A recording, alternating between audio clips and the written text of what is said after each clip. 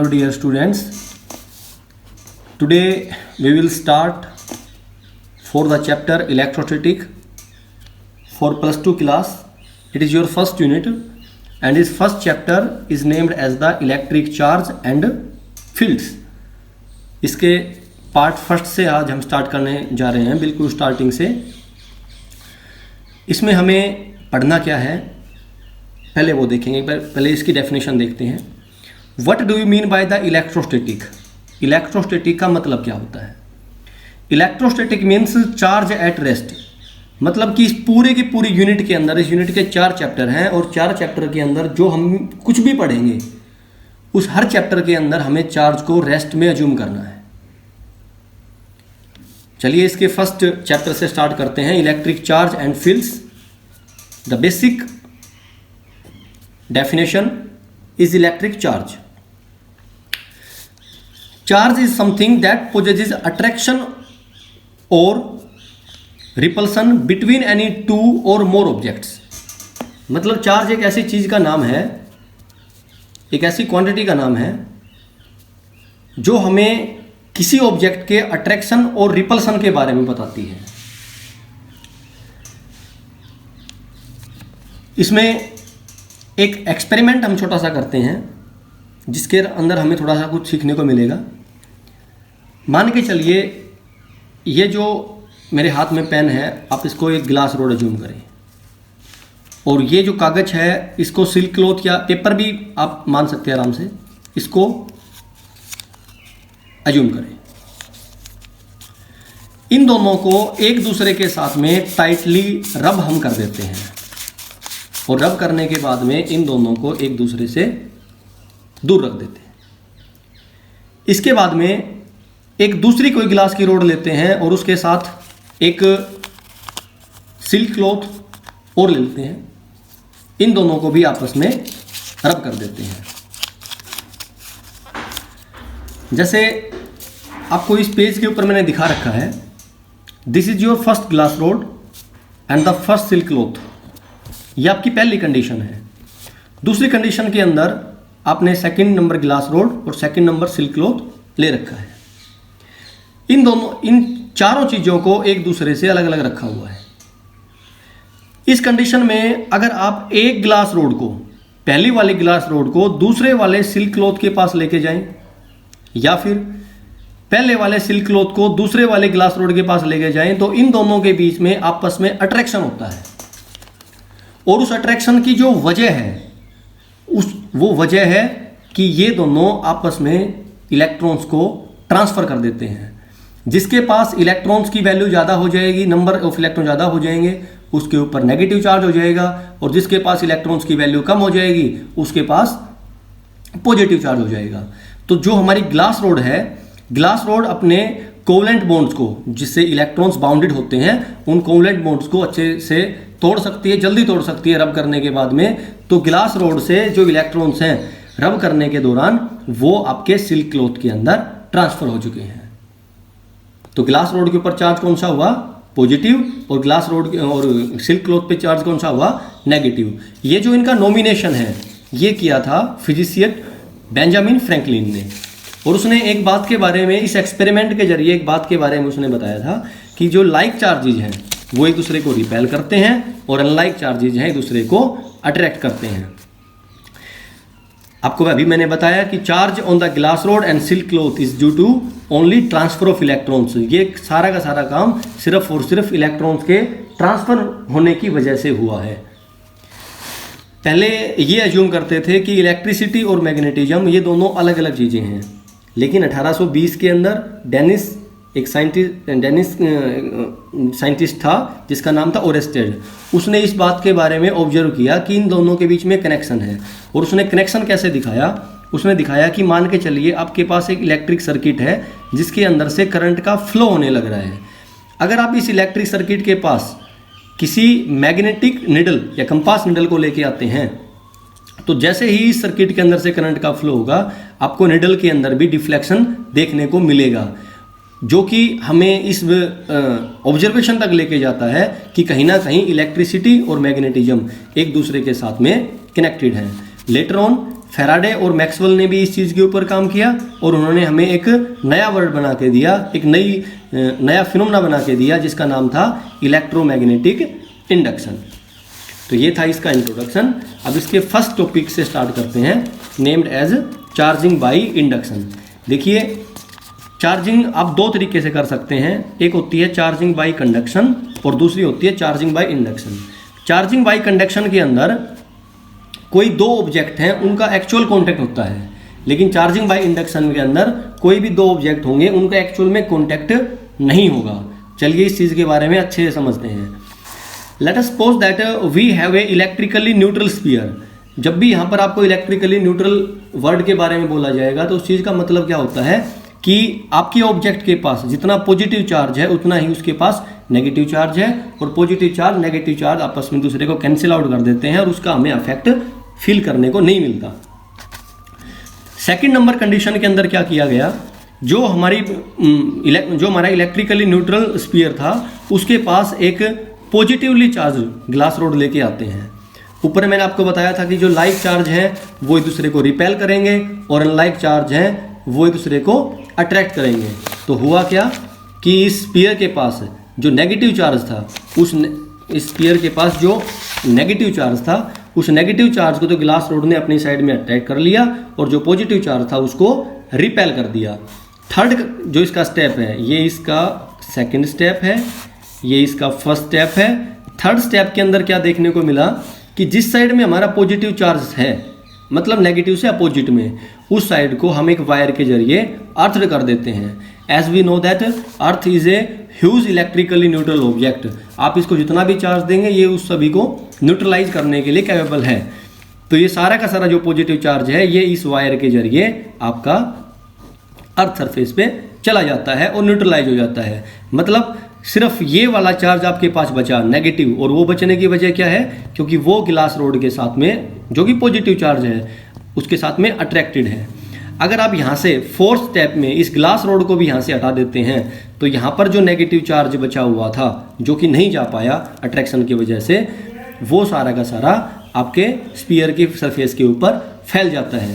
मतलब आपने स्टार्टिंग के अंदर एक ऐसा ऑब्जेक्ट लिया जिसके पास जितना पॉजिटिव चार्ज था उतना ही नेगेटिव चार्ज था, और लास्ट में आने के बाद में आपको एक ऐसा ऑब्जेक्ट मिला जिसके ऊपर केवल नेगेटिव चार्ज है। जरूरी नहीं कि आप इसको नेगेटिव चार्ज करें, आप इसको पॉजिटिवली चार्ज भी कर सकते हैं, लेकिन उसके लिए आपको यहाँ पर ये जो ग्लास रोड है, ये ग्लास रोड आपको नेगेटिवली चार्ज लेनी पड़ेगी ताकि वो पॉजिटिव को अपनी साइड में रख ले और नेगेटिव को रिपेल कर दे। तो इस केस के अंदर मेन जो काम हुआ है वो ग्लास रोड और स्फीयर का है, और इन दोनों के बीच में कोई एक्चुअल कॉन्टैक्ट नहीं है, इसलिए इस प्रोसेस को हम चार्जिंग बाई इंडक्शन कहेंगे। चलिए इस चीज़ में आगे बढ़ते हैं। Next term is additivity of charge. Additivity of charge का मतलब क्या होता है, देखिए इसके नाम से आपको पता लग रहा होगा कि इसके अंदर एड वर्ड आया हुआ है। एड वर्ड, एड का मतलब क्या होता है, जोड़ना, मतलब किसी चीज़ को इकट्ठा करके बताना। मान के चलिए आपके पास एक सरफेस है, उस सरफेस के ऊपर आपके बहुत ज़्यादा चार्ज पार्टिकल्स हैं, लेकिन कंडीशन एक है कि हर चार्ज पार्टिकल का मैग्नीट्यूड जो है वो अलग अलग है, हर किसी का अलग अलग मैग्नीट्यूड है। अगर आपको उस सरफेस के ऊपर टोटल अमाउंट ऑफ चार्ज निकालना पड़े तो क्या करेंगे, सारे के सारे चार्ज को हम एल्जेब्रिकल तरीके से जोड़ देते हैं।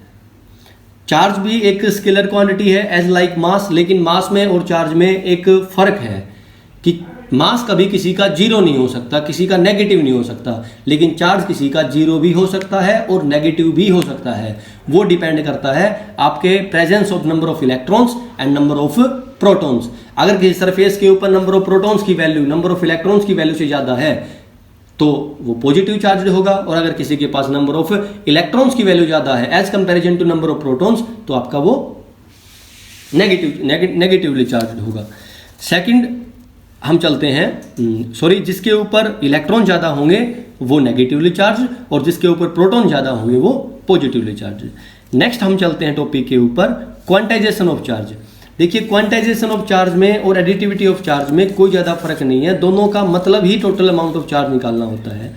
लेकिन एक जो छोटा सा फर्क इन दोनों के बीच में देखने को मिलेगा कि जो आपका एडिटिविटी ऑफ चार्ज है वो उस टाइम पे आपको अप्लाई करना है जिस टाइम पे आपके चार्ज पार्टिकल्स का मैग्नीट्यूड अलग अलग हो। लेकिन क्वांटाइजेशन ऑफ चार्ज को आप उस टाइम पे अप्लाई कर सकते हैं, उस टाइम पे इसका यूज कर सकते हैं जिस टाइम पे किसी सरफेस के ऊपर प्रेजेंस इलेक्ट्रॉन्स या नंबर ऑफ पार्टिकल्स जो भी चार्ज पार्टिकल्स हैं अगर उनका मैग्नीट्यूड सेम है। तो इसके लिए हम कौन सा फॉर्मूला लगाते हैं, फॉर्मूला लगेगा हमारा Q is equal to N E. ये टोटल अमाउंट ऑफ चार्ज निकालने का फॉर्मूला होता है। जो भी कोई चार्ज पार्टिकल हो, चाहे वो इलेक्ट्रॉन हो चाहे प्रोटॉन हो, उसका मैग्नीट्यूड होता है 1.6 इंटू 10⁻⁻⁹ कूलम। फर्क सिर्फ इतना है कि प्रोटॉन का जब जिक्र होगा तो आपके ए की वैल्यू प्लस की रह जाती है, और अगर इलेक्ट्रॉन का जिक्र होता है तो आपकी ये वाली वैल्यू है, ये इसके आगे नेगेटिव साइन लग जाता है। अगर आपको इस फॉर्मूले का यूज करना है किसी भी जगह पे, तो इसका यूज तो थोड़ा सा 10th की जो फिजिक्स है, इलेक्ट्रिसिटी चैप्टर है, उसके अंदर भी होता है, लेकिन एक बार फिर से इसको देख लेते हैं। मान के चलिए आपके पास -1 कूलम चार्ज है और आपको नंबर ऑफ इलेक्ट्रॉन्स की वैल्यू निकालनी है, तो कैसे निकालेंगे? आप फॉर्मूले का यूज करिए, Q is equal to N E. Charge कितना है आपका? -1 कूलम। नंबर ऑफ इलेक्ट्रॉन्स की आपको वैल्यू निकालनी है। इलेक्ट्रॉन के ऊपर चार्ज कितना होता है? -1.6 इंटू 10⁻⁹ कूलम।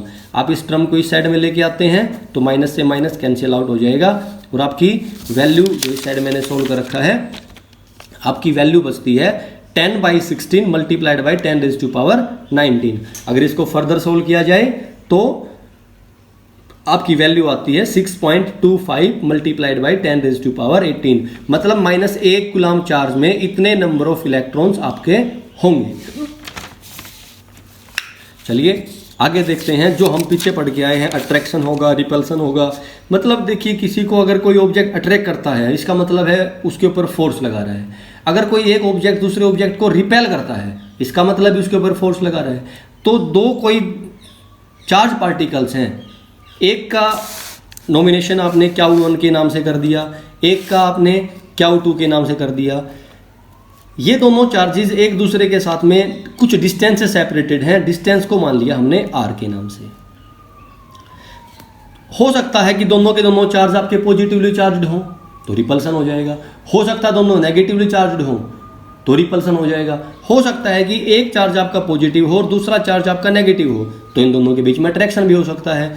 तो कूलम्ब्स ने इस चीज़ के बारे में क्या बताया? उसने बताया that the force of attraction or repulsion between any two or more point charges. देखिए मैंने यहाँ पर पॉइंट वर्ड लिखा हुआ है, खाली मोर चार्जेस लिखने की बजाय मैंने यहाँ पर पॉइंट वर्ड लगा दिया। पॉइंट वर्ड का मतलब क्या होता है कि आपके जो चार्ज पार्टिकल हैं वो रेस्ट में है।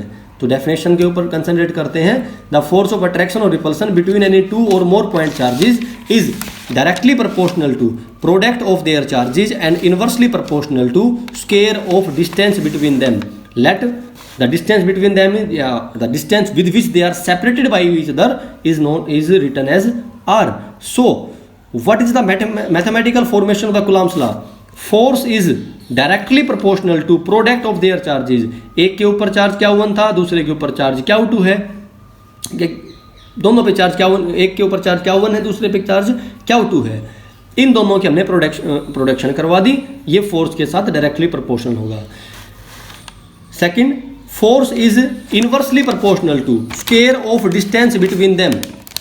आपकी जो डिस्टेंस है जिसके साथ में सेपरेटेड है वो हमेशा फोर्स के साथ इनवर्सली प्रोपोर्शनल होती है। मतलब जितनी डिस्टेंस आपकी बढ़ेगी उतनी आपकी फोर्स की वैल्यू वो कम होती चली जाएगी। अगर हम सारे फैक्टर्स को इकट्ठा करें तो ये तीसरी टर्म हमारे सामने निकल आती है। डायरेक्टली प्रोपोर्शनल के साइन को यहाँ से हटाने के लिए और इज इक्वल टू का साइन लगाने के लिए हमें एक कांस्टेंट टर्म का यूज करना पड़ेगा, और जो हमारी कांस्टेंट टर्म यहाँ पर होगी वो है 1/4 पाई एप्सिलॉन नॉट। इसको आप सिंपली के नाम से भी लिख सकते हैं, लेकिन आपको ध्यान रखना है कि के का जब उसको एक्सपेंड करेंगे तो उसकी वैल्यू क्या होती है 1/4 पाई एप्सिलॉन नॉट। ये जो पूरा जो इलेक्ट्रोस्टैटिक कांस्टेंट है इसका मैग्नीट्यूड कितना होता है 9 × 10⁹। यहाँ पर एक वर्ड और आया एप्सिलॉन नॉट। इसको बोलते हैं इसको बोलते हैं यहाँ पे epsilon not electrical permittivity in the free space. अगर हम खाली एप्सिलॉन लिखते हैं यहाँ पर ऐसे, इसको बोलेंगे electrical permittivity in the medium, और एप्सिलॉन नोट लिखते हैं, इसका मतलब होता है electrical permittivity in the free space. और इसकी न्यूमेरिक वैल्यू क्या होती है 8.85 multiplied by 10⁻⁻12 coulomb square newton inverse metre inverse square. अगर आप इसका डायमेंशनल फॉर्मूला निकालना चाहते हैं एप्सिलॉन नोट का, तो वो भी आप निकाल सकते हैं, जैसे force is equal to 1/4 pi epsilon naught Q1 Q2 divide by R square, force into R square divide by Q1 Q2 is equal to 1/4 pi epsilon naught. देखिए 4 पाई किसी भी इंटीजर का, नंबर का कभी कोई डायमेंशनल फॉर्मूला नहीं होता है, तो इसको डायमेंशनल फॉर्मूला केस में इसको छोड़ सकते हैं। फोर्स का डायमेंशन फॉर्मूला क्या होता है ml m1 1 t-2 and r l square divide by charge 80, again charge 80। देखिए चार्ज चाहे हो सकता है एक चार्ज का मैग्नीट्यूड ज़्यादा हो, दूसरे चार्ज का मैग्नीट्यूड कम हो, लेकिन उन दोनों का डायमेंशन फॉर्मूला तो हमेशा सेम ही होगा। ये जो फैक्टर हैं इन सभी को आपको इकट्ठा करना है, और इकट्ठा करने के बाद में जो भी टर्म आपकी आती है, तीसरी कोई टर्म आती है, आप उसका इन्वर्स कर दीजिए। मतलब जैसे उसमें अगर m की पावर +1 आती है तो m की पावर -1 कर दीजिए। जो पावर में आपकी जो प्लस की हैं वो सारी की सारी आपको माइनस कर देनी है। उसका रीजन ये है कि ये जो डायमेंशन फॉर्मूला निकला है ये आपका 1/ε0 का निकला है। आपको तो खाली ε0 का चाहिए, तो हम इसको इन्वर्स कर देंगे, आपकी वैल्यू आ जाएगी। दूसरी चीज़ इसके अंदर जो देखने को हमें मिली, या इसके बारे में जो कंसेप्ट हमें देखने को मिलेंगे, कई बार क्वेश्चन ये आ जाता है, can a positively charge object can attract other positively charge object. क्या कोई एक पॉजिटिव चार्ज का ऑब्जेक्ट दूसरे पॉजिटिव चार्ज के ऑब्जेक्ट को अट्रैक्ट कर सकता है। अब तक तो हमने खाली ये पढ़ा था कि जो लाइक चार्ज हैं वो एक दूसरे को रिपेल करते हैं और अनलाइक अट्रैक्ट करते हैं, लेकिन क्या एक पॉजिटिव चार्ज है वो दूसरे पॉजिटिव चार्ज को अट्रैक्ट कर सकता है। इस कंडीशन के अंदर आपका आंसर यस हो सकता है, बस कंडीशन ये होगी कि एक ऑब्जेक्ट के ऊपर तो पॉजिटिव चार्ज बहुत ज़्यादा होगा और एक के ऊपर बहुत कम होगा। हाँ, लाइक चार्ज है एक दूसरे को अट्रैक्ट कर सकते हैं, लेकिन ये बात डिपेंड करती है कि उन दोनों के ऊपर चार्ज कितना है। अगर एक के ऊपर चार्ज बहुत ज़्यादा हुआ, जैसे कि एक के ऊपर मान के चलें, एक ऑब्जेक्ट है उसके ऊपर मान के चलें कि आपका +5 कूलम चार्ज है और दूसरे वाले के ऊपर आपका +0.1 कूलम चार्ज है, तो इन दोनों के बीच में अट्रैक्शन हो सकता है, कोई बड़ी बात नहीं है। कूलम्स लॉ के लिए, कूलम्स लॉ का जो यूज है वो अगले टॉपिक के अंदर एक बार करके देखते हैं। फोर्स बिटवीन मल्टीपल चार्जेस, मतलब आपके पास बहुत ज़्यादा चार्जेज हैं, उनके बीच में फोर्स अगर लगती है तो उसको आप कैसे डिनोट करेंगे, उसको कैसे स्पेसिफाई करेंगे। इसको बोलते हैं सुपरपोजिशन प्रिंसिपल। मतलब एक तरीके से आपको एल्जेब्रिकल तरीके से फोर्सेस को जोड़ना है। जैसे मान के चले कि यहाँ पर मैंने अपना एक टेस्ट चार्ज ले लिया जिसका नाम रखा मैंने क्यू नोट के नाम से, बीच में रखा हुआ है। इसके चारों साइड में कुछ और चार्जेज मैंने ले लिए, एक का नाम Q1 रख दिया, दूसरे का Q2, तीसरे का Q3, फिर Q4, फिर Q5। हो सकता है कि Q5 से आगे चल के मैं Qn तक चला जाऊं, कोई दिक्कत वाली बात नहीं उसमें। जो डिस्टेंस है इनके आपस के बीच में, जैसे Q0 और Q1 के बीच की जो डिस्टेंस है उसको मैंने R01 से लिख रखा है। जो Q0 और Q2 के बीच के डिस्टेंस को R02 से लिख रखा है। इसको तीसरे वाले को R03, R04, R05 and last Qn को हम लिख सकते हैं R0n से, कोई दिक्कत नहीं। इलेक्ट्रोस्टैटिक जो फोर्स है वो नेचर से कंजर्वेटिव होती है, मतलब इन दोनों के बीच में जो फोर्स होगी, इन दोनों के बीच में फोर्स वो कभी भी इस जोड़े से अफेक्ट नहीं हो सकती। कंजर्वेटिव का मतलब क्या होता है? Conservative forces are those forces which only depends on initial point and the final point, they does not depends on the path followed by the points. रास्ते पे डिपेंड नहीं करती हैं, बीच में क्या आया है क्या नहीं आया है उस पर डिपेंड नहीं करती हैं। नेचर से कंजर्वेटिव होती हैं और अपने इनिशियल पॉइंट के ऊपर और फाइनल पॉइंट के ऊपर ही डिपेंड करती हैं। तो हमने अलग अलग फोर्सेज को निकालना स्टार्ट कर दिया। जैसे टेस्ट चार्ज क्यू नॉट और क्यू वन के बीच में जो फोर्स निकली वो कैसे, F naught one is equal to 1/4 pi epsilon naught Q one divide by R naught one square. Simply यहाँ पर मैंने कूलम्ब्स लॉ को ओबे किया है। दूसरे वाले केस में भी ऐसे किया, दूसरे वाला चार्ज ले दिया, दूसरे वाले डिस्टेंस ले दी। फर्दर हम चले गए एन नंबर के ऊपर, 1/4 pi epsilon naught Q one divide by R naught one square. तो बात ये आती है कि यहाँ पर हमारी जो टोटल फोर्स है जो टेस्ट चार्ज क्यू नॉट के ऊपर लगी हुई है, उस टोटल चार्ज का मैग्नीट्यूड हम कैसे निकालेंगे। तो पहले आप टेस्ट चार्ज और पहले चार्ज के बीच में फोर्स निकाल लीजिए, उसके बाद टेस्ट चार्ज और दूसरे चार्ज के बीच में फोर्स निकाल लीजिए, और ऐसे करते करते टेस्ट चार्ज और nth जो आपका जो चार्ज है उनके बीच में फोर्स निकाल लीजिए और सभी को एल्जेब्रिकल तरीके से जोड़ दीजिए। मैंने इनको यहाँ पर ऐसे जोड़ दिया है। देखिए 1/4 पाई एप्सिलॉन नॉट हर किसी के अंदर कॉमन है तीनों कंडीशंस में, क्यू नॉट जो है ये भी तीनों के अंदर बिल्कुल कॉमन है, तो इसको मैंने इज इक्वल टू का साइन लगा के पहले ही कॉमन ले रखा है। अंदर जो बचा हुआ है उसको लिख दिया है। ये जो टर्म है इसको हम शॉर्ट फॉर्म में समेशन का साइन लगा के लिख सकते हैं। ऐसे समेशन का साइन लगाया, आई आपका एक से स्टार्ट होके, मतलब आपके फर्स्ट चार्ज से स्टार्ट होके आपके nth चार्ज तक गया था, और उसी के हिसाब से मैंने यहाँ पे लिख दिया Q I divide by R naught I square. तो मतलब ये आपका जो रिजल्ट है ये फाइनल रिजल्ट हो जाएगा। अब ये इसको आप 5 के ऊपर भी अप्लाई कर सकते हैं, 6 के ऊपर अप्लाई कर सकते हैं, लेकिन अप्लाई करते टाइम पे आपको ये टर्म दोबारा से इस टर्म से दोबारा से एक्सपेंड करनी पड़ेगी। ये टर्म तो सिर्फ इसका एक नोटिफिकेशन है, इसको एक नोटिफाई करने का तरीका है, एक छोटे टर्म में लिखने का तरीका है। आज के लिए इस वीडियो में हम इतना ही पढ़ेंगे। आई होप कि आपको अच्छी लगी होगी वीडियो और आप इसको अच्छे तरीके से समझेंगे और अपनी बुक के अंदर से भी पढ़ेंगे। Thank you.